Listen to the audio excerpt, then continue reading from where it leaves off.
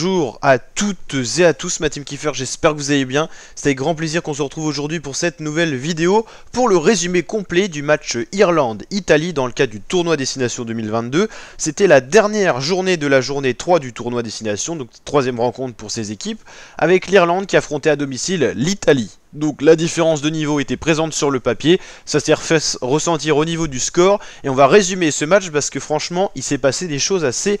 incroyables durant ce match avec notamment des règles du rugby qui ne s'expriment pas souvent qui vont pouvoir être un peu détaillées dans ce résumé, donc n'hésitez pas à regarder l'intégralité de cette vidéo. Alors dès le début du match, franchement on avait affaire à une équipe d'Irlande qui attaquait, qui avait de la rapidité dans les attaques, mais des Italiens qui avaient une bonne persévérance dans les plaquages, des plaquages plutôt effectifs qu'empêchaient l'Irlande d'avancer malgré le rythme qui était mis par les Irlandais. Donc on a quand même eu au bout d'un moment la défense italienne qui a cédé avec un premier essai qui a été inscrit très rapidement dans le match au bout de la 12e minute, ça faisait 7-0. Ensuite l'Italie a persévéré sur ses attaques, n'arrivait pas trop à avancer et pénétrer dans cette défense irlandaise, mais une pénalité a été concédée, les Italiens sont revenus à 7-3. À ce moment-là du match, on arrive à la 15e minute, 20e minute, ça reste à peu près équilibré, 7-3, c'est plutôt pas mal pour les Italiens qui sont quand même en difficulté depuis le début de ce tournoi et dans les derniers tournois Destination. Et survient alors une faute sur un plaquage haut qui vaut un carton rouge à un joueur italien, c'est Faiva qui était justement rentré en tant que remplaçant du premier talonneur qui s'était blessé. Faiva exclu à la 18e minute et là les Italiens sont plus qu'à 14 contre 15, une infériorité numérique qui s'est très vite fait ressentir avec un nouvel essai. Ensuite on n'avait plus de talonneur pour les Italiens, sachant qu'il y en avait un qui était sorti sur blessure, Faiva sur carton rouge. La règle a donc été adaptée avec donc des mêlées qui ne pouvaient plus être effectuées. On a donc simulé les mêlées, mais pour simuler les mêlées, l'équipe qui les simule, c'était à cause de l'Italie qui avait plus de talonneur, donc les joueurs ont été réduits à 13 à 15, un joueur a dû être encore enlevé du terrain, c'est la règle, tout simplement, on n'a plus de talonneur, et tout simplement, on est obligé de sortir un nouveau joueur et de simuler les mêlées, et donc l'Italie était contraint de jouer avec 2 joueurs de moins. Bon, au final, au niveau du score final, ça s'est fait ressentir, l'Italie qui était déjà en difficulté dans ce tournoi Destination en jouant équilibré à 15 contre 15, et là ça a fait 57 à 6, l'Italie qui a donc joué, vous le comprenez, tout le match à 13 face à 15, l'Italie a marqué 3 points sur 2 pénalités, c'était dans le premier mi-temps, et donc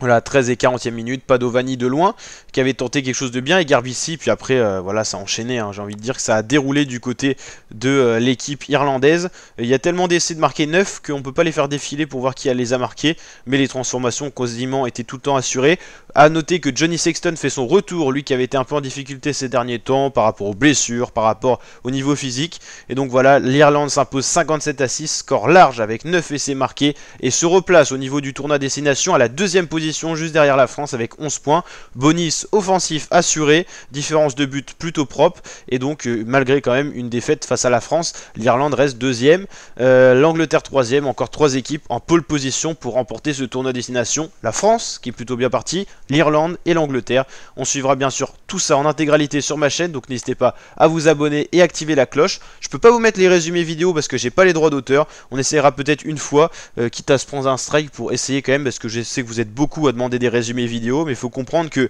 quand on a un petit youtubeur comme moi, qui là je grandis quand même grâce à vous, votre soutien et tout ça, vos abonnements, tout ça, vos likes et tout, mais il faut savoir que je n'ai pas les droits d'auteur pour vous mettre les vidéos, les images qui sont diffusées tout simplement sur France TV, donc c'est ça le gros souci. Malgré tout, on essaye de partager cette passion du rugby ensemble, et donc on fait au mieux, et donc on suivra bien sûr l'intégralité du tournoi Destination avec la journée 4 qui arrivera dans 15 jours, on aura un match important, les Français se déplaceront au Pays de Galles pour jouer un match crucial. En cas de victoire, la France partirait très bien pour aller chercher son grand chelem qu'elle n'a pas remporté depuis une dizaine d'années. Il y aura Italie-Écosse et Angleterre-Irlande. En gros, là, c'est les 2 gros matchs qui seront très importants. Et donc, faut noter qu'il n'y aura pas de rendez-vous dimanche, mais dès vendredi à 21h. Et ensuite, samedi, à mon avis, c'est qu'il y a un autre sport qui va être diffusé pendant le week-end. Et ensuite, je pense qu'on reprendra le format normal. Non, tout sera joué la même journée pour la semaine 5. Donc voilà, il n'y aura plus de match le dimanche pour en tout cas la semaine 4 sur 5. Avec 2 matchs très importants. En cas de victoire de la France, ça serait très bien parti, mais il faudra encore assurer le match face à l'Angleterre. Et tout dépendra du déroulé de Angleterre-Irlande qui joueront peut-être, qui joueront c'est sûr la victoire en tout cas. En cas de défaite soit de l'Angleterre soit de l'Irlande, avec 2 défaites, il n'y a plus d'espoir pour remporter le tournoi Destination, à moins que la France fasse un enchaînement terrible, c'est-à-dire défaite face aux Gallois et défaite face aux Anglais. En tout cas, vous l'avez vu, plein de scénarios sont possibles, donc il faudra suivre vraiment la semaine 4 qui sera une semaine clé pour savoir ce qui se jouera en 5e semaine. Donc voilà la team, n'hésitez pas à vous abonner, à activer la cloche, on est de plus en plus nombreux et nombreux sur la chaîne, je tiens à vous en remercier. N'hésitez pas à liker la vidéo si elle vous a plu, à vous abonner et partager. Je vous dis donc à très bientôt mes fratés pour de prochaines vidéos. Allez, ciao ciao la team.